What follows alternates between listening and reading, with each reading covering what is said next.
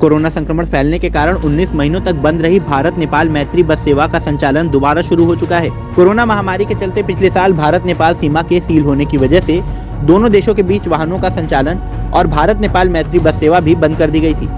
अब यह सेवा फिर से शुरू कर दी गई है। इस सेवा के शुरू होने पर स्थानीय कांग्रेस नेता और पूर्व विधायक हेमेश खरक्वाल ने आपत्ति जताते हुए शारदा बैराज पुल और देश के लिए हानिकारक बताया है। उन्होंने कहा कि इस सेवा की आड़ में डग्गा मार बसों के संचालन से स्थानीय परिवहन निगम को घाटा होगा। इस विषय में जानकारी देते हुए टनकपुर जिलाधिकारी हिमांशु कफल्टिया ने बताया कि मैत्री बस सेवा का संचालन दोबारा शुरू हो चुका है। इसके तहत भारत और नेपाल सरकार द्वारा तय मानकों के अनुरूप निर्धारित बसों का संचालन होगा।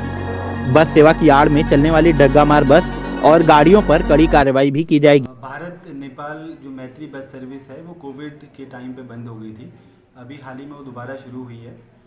इस संबंध में हमारे द्वारा यहाँ पर जो समस्त एजेंसीज इन्वॉल्व हैं उनकी एक बैठक भी ली गई थी, जिसमें कि उत्तराखंड रोडवेज और पुलिस विभाग है और कस्टम्स और एसएसबी के लोगों ने प्रतिभाग किया था। इसमें ये हमारे द्वारा ये निर्णय लिया गया है कि जो भारत सरकार और नेपाल सरकार के बीच में जो एग्रीमेंट हुआ है उसके तहत जो बसें हैं, जिसमें कि 4 बसें नेपाल की और 2 बसें उत्तराखंड की हैं और 1 बस यूपी की है, इन बसों के संचालन किया जाएगा। और लेकिन इसके साथ ही साथ क्योंकि यह भी हमारे संज्ञान में आया था कि कुछ जो बसें हैं वो विदाउट परमिशन यहाँ पे चल रही हैं, तो हमारे द्वारा इसमें एक कड़ाई से चेकिंग की जा रही है बॉर्डर पे, और यदि कोई बस एग्रीमेंट के उल्लंघन के साथ चल रही है या फिर उसमें कुछ ऐसी सामग्री जा रही है जो कि वैध नहीं है, तो उनके खिलाफ कार्रवाई करेगी। एक तो सुरक्षा के दृष्टिकोण से भी बहुत खतरनाक है।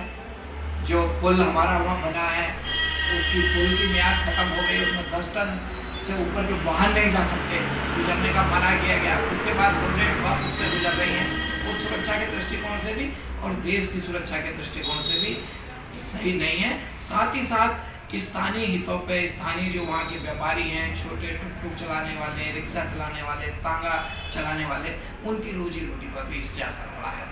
तो मैं समझता हूँ कि इस मैत्री सेवा पर सरकार विचार करेगी और स्थानीय हितों को और सुरक्षा हितों को ध्यान में रखते हुए, क्योंकि जब कोई हादसा ही हो जाएगा तभी चेतने की आदत सरकार की रही है। मैं समझता हूँ इन सभी पहलों पर ध्यान करके इस पर पुनर्विचार करेगी सरकार। और ये मैत्री सेवा जो है, क्योंकि जो हमारा परिवहन निगम है, उत्तराखंड परिवहन निगम है, उसको भी बहुत बड़ा घाटा इन मैत्री सेवा और इन डग्गा मार जो बसें उसकी आड़ में चल रही हैं उनसे हुआ है। तो कहीं ना कहीं सरकार को, प्रशासन को चाहिए कि एक गहन मंत्रणा करे और गहन बैठक इस विषय में करे और इस पर पुनर्विचार करे निर्णय पर।